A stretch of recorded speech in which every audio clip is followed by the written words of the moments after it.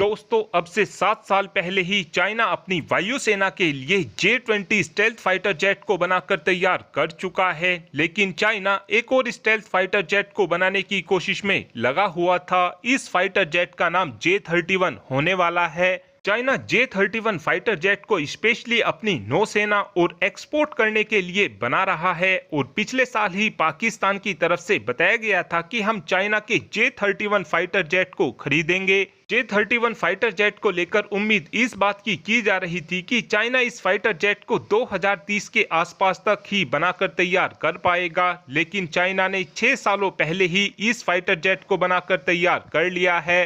China कभी भी अपने J-31 फाइटर जेट को प्रोडक्शन में भेज सकता है। चाइना के J-31 फाइटर जेट के आ जाने के बाद अब ये बात तो पूरी तरीके से कंफर्म हो चुकी है कि अब भारत से पहले ही पाकिस्तान की वायुसेना के पास J-31 फाइटर जेट आ जाएगा, जो भारत के खिलाफ पाकिस्तान की सेना को एक बड़ा एडवांटेज देगा। J-31 फाइटर जेट की सबसे खास बात यह होने वाली है कि जो J-31 फाइटर जेट की साइड वेपन बे होगी, इसके अंदर भी 2 शॉर्ट रेंज की मिसाइलों को लगाया जा सकेगा। साथ में एक अपडेट स्ट्राइकर आर्मर्ड व्हीकल को लेकर भी आया है।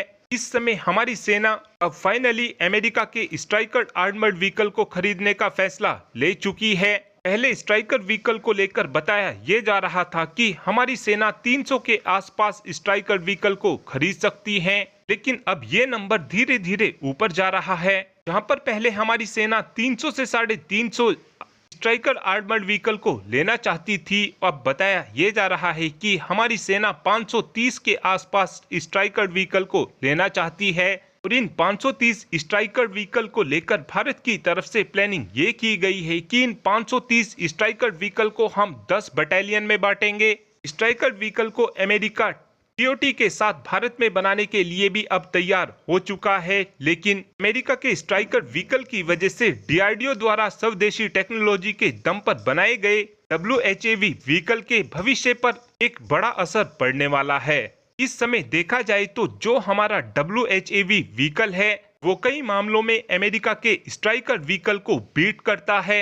WHAV व्हीकल पहले ही हमारी सेनाओं की जरूरत को पूरा कर चुका है, लेकिन अब स्ट्राइकर व्हीकल को लेने से पहले हमारी सेना स्ट्राइकर व्हीकल के 2 अलग अलग टेस्ट को करना चाहती है। पहला टेस्ट राजस्थान में किया जाएगा और दूसरा टेस्ट लद्दाख जैसे हाई अल्टीट्यूड वाले एरिया में किया जाएगा।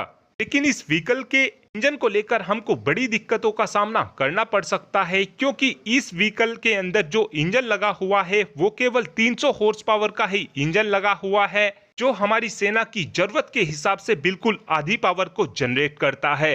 लेकिन अमेरिका इस डील को लेने के लिए दुगनी पावर का इंजन भी स्ट्राइकर व्हीकल में लगाने के लिए तैयार है और इसी दुगनी पावर के इंजन के साथ स्ट्राइकर व्हीकल का फिर से इवैल्यूएशन किया जाएगा। और अब आप ही कमेंट कर बता सकते हैं कि क्या हमारी सेनाओं को स्ट्राइकर व्हीकल को लेना चाहिए, या फिर आपका ये मानना है कि हमको स्वदेशी टेक्नोलॉजी के दम पर बने हुए WHAV व्हीकल को लेना चाहिए। इस बात का आंसर आप कमेंट बॉक्स में दे सकते हैं। Thanks for watching this video. Have a good